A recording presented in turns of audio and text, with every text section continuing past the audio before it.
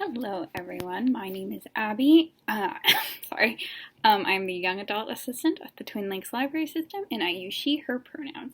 So today for Slice of Life, I'm going to be recommending some of my favorite Halloween movies, since it is October and it is Halloween season. So these three movies are the movies I watch every Halloween season. I love them. I've already watched one of them. I will be watching the other two very soon. I'm very excited for it. So, I'm just going to go ahead and get started. So, the first one I'm going to recommend is probably one that many of you will have heard of before, and it is Hocus Pocus. And Common Sense Media recommends it for ages 10 and up. So, if you've never excuse me, I'm having a hard time speaking today. If you've never seen Hocus Pocus, it is about Salem, Massachusetts. There are the three Sanderson sisters, and they in order to stay young and youthful, they have to take the souls of children to sort of help themselves. And they do this a long time ago, and that long time ago. And they're actually caught, and they are, hung, but they put a curse on the town that they will come back should their black candle be lit again. And so 300 years later, this boy named Max moves to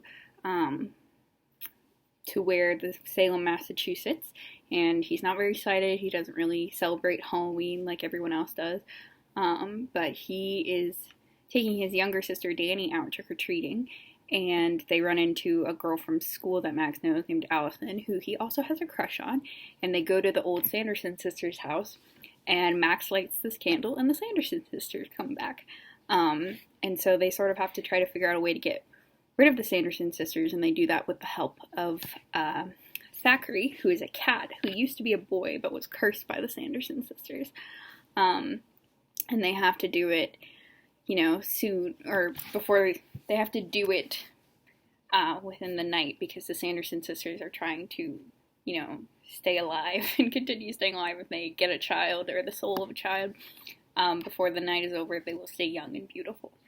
So, that is the first recommendation. I think that is just a classic Halloween movie. I have watched it every year for such a long time. It used to always be on ABC Family every Halloween season. And so I really think it's just a lot of fun, and I love that one a lot. Bette Midler's in it. She does a musical number, and it's really cool.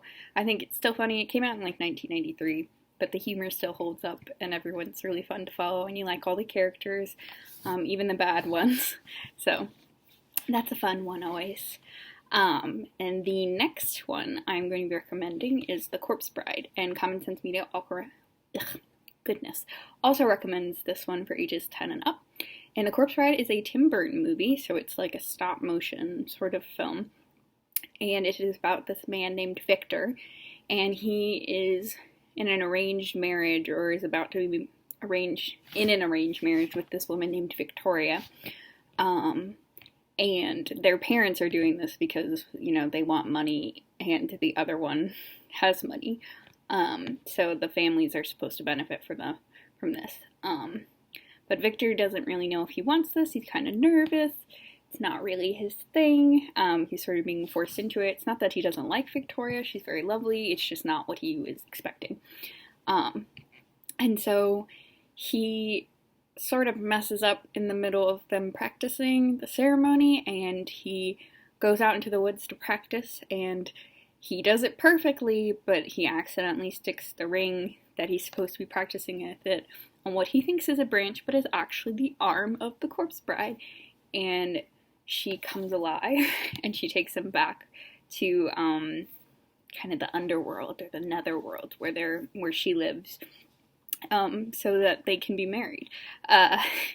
But Victor does not want to be married to the corpse bride because he is still alive, and so he's desperately trying to get back to the real world and where Victoria is. But there's sort of another thing going on in the real world, which is Barkins Bittern, I think is how you say his name.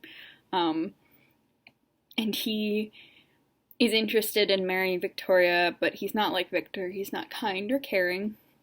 He wants only bad things and money. And so he's sort of very dangerous, so Victor is trying to come and help her, and he's also trying to help Emily, who's the corpse bride, sort of figure out what happened to her and on her wedding night, and, you know, kind of solve her death and give her some peace. So yeah, that is my favorite Tim Burton movie. There are a lot of creepy Halloween Tim Burton movies. The classic one is The Nightmare Before Christmas. There's Frankenweenie. There's Beetlejuice. He has a lot of creepy movies, and they're all good, but The Corpse Bride is my favorite. I like the story a lot. I really like the voice acting in The Corpse Bride. The music in The Corpse Bride is the best in my opinion. They have a piano solo that Victor plays, and it's like my favorite soundtrack piece I've ever heard before. And yeah, so, and the musical numbers in general, which is cool. And also the animation style is really cool, which you would get with any Tim Burton movie, but I just really like it and thought I would highlight it. I think a lot of people who like Tim Burton partially like him because of his animation style. So yeah.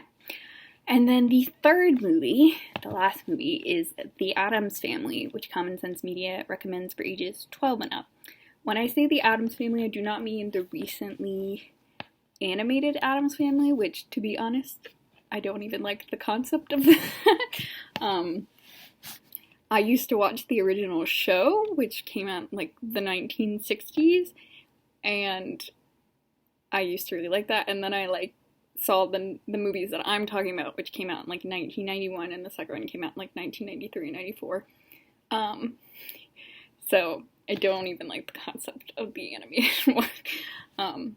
But this movie, which came out in 1991, kind of reintroduced the Addams Family to popular culture, because they were, like, a big thing in the 60s, but then they sort of kind of went away for a while, and then, you know, this movie brought them back, and kind of introduced to a newer audience who the Addams Family are, which is this family that's really into morbid and dark and ghoulish sort of things. And you have Gomez Addams, who is the father, Morticia Addams is the mother, they have a son, Pugsley, and they have my personal favorite character, Wednesday Addams, who is their daughter.